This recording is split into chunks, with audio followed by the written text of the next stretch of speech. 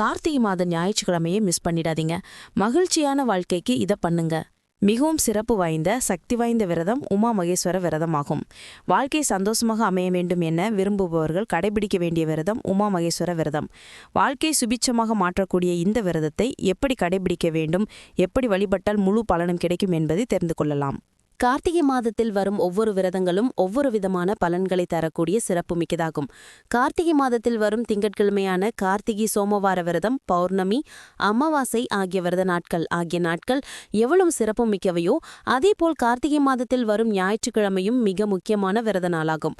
கார்த்திகை மாதத்தில் வரும் ஞாயிற்றுக்கிழமையில் இருக்கக்கூடிய விரதத்திற்கு உமா மகேஸ்வர விரதம் என்று பெயர். பிரிந்த தம்பதிகளை ஒன்று சேர்க்கக்கூடிய மிக உன்னதமான விரதம் உமா மகேஸ்வர விரதமாகும். ஏற்கனவே சேர்ந்திருந்த தம்பதிகளின் வாழ்க்கையில் இல்லறம் மகிழ்ச்சிகரமானதாக இருக்கும். பொதுவாக உமா மகேஸ்வர விரதம் என்பது புரட்டாசி மாத பௌர்ணமியில் கடைபிடிக்கக்கூடிய விரதமாகும். அப்படி புரட்டாசி மாத பௌர்ணமியில் சிவன் பார்வதி இணைந்திருக்கக்கூடிய உமா மகேஸ்வர சிலையை வைத்து வழிபட வேண்டும். புரட்டாசி மாதத்தில் இந்த விரதத்தை கடைபிடித்தால் தொடர்ந்து 16 வருடங்கள் கடைபிடிக்க வேண்டும். 16 வருடங்களுக்கு பிறகு வீட்டில் வைத்து வழிபட்ட உமா மகேஸ்வர சிலையை ஏதாவது ஒரு சிவன் கோவிலுக்கு எடுத்துச் சென்று கொடுத்து விட வேண்டும் என்று சாஸ்திர முறைகள் சொல்கிறது. ஆனால் இப்படி 16 வருடங்கள் தொடர்ந்து அனைவராலும் உமா மகேஸ்வர விரதத்தை கடைபிடிக்க முடியாது. அதனால்தான் உமா மகேஸ்வர விரதத்துக்கு இணையான பலனை தரும் விரதத்தை ஒவ்வொரு மாதத்திலும் குறிப்பிட்டு சொல்லி வைத்தார்கள். அப்படி கார்த்திகை மாதத்தில் வரும் அனைத்து ஞாயிற்றுக்கிழமைகளிலும் உமா மகேஸ்வர விரதத்தை கடைபிடிக்கலாம்.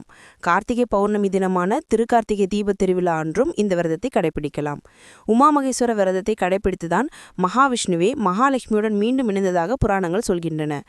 சக்தி இல்லையில் சிவன் இல்லை, சிவன் இல்லையில் சக்தி இல்லை என்பார்கள். அதுபோல் கணவன் மனைவி எப்போதும் ஒற்றுமையாக இருப்பதற்கு இந்த விரதத்தை கடைபிடிக்கலாம்.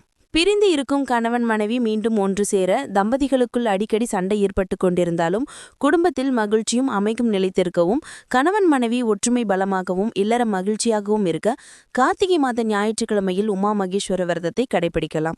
கார்த்திகை மாத ஞாயிற்றுக்கிழமைகளில் காலையில் எழுந்து குளித்துவிட்டு சிவன் பார்வதி இணைந்திருக்கும் சிலை அல்லது படத்தை சிவப்பு நிற வஸ்திரம் விரித்த மேடையில் வைத்து வாசனை மலர்களால் அலங்கரித்து தீபம் ஏற்றி வைத்து சிவன் பார்வதி மந்திரங்கள் சிவபுராணம் சொல்லி வழிபட வேண்டும். சிவன் பார்வதி படத்திற்கு முன்பு ஒரு சிவப்பு கயிறை வைத்து அதிரசம், பால், பழம் ஆகியவை நைவேத்தியமாக படைத்து வழிபட வேண்டும்.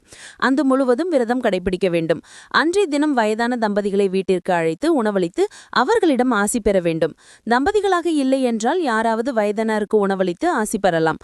பிறகு மாலையில் சிவன் பார்வதி படத்திற்கு முன் விளக்கேற்றி வைத்து ஏதாவது நைவேத்தியம் படைத்து சிவன் பார்வதியை மனதார நினைத்து வழிபட்டு விரதத்தை நிறைவு செய்து கொள்ளலாம்.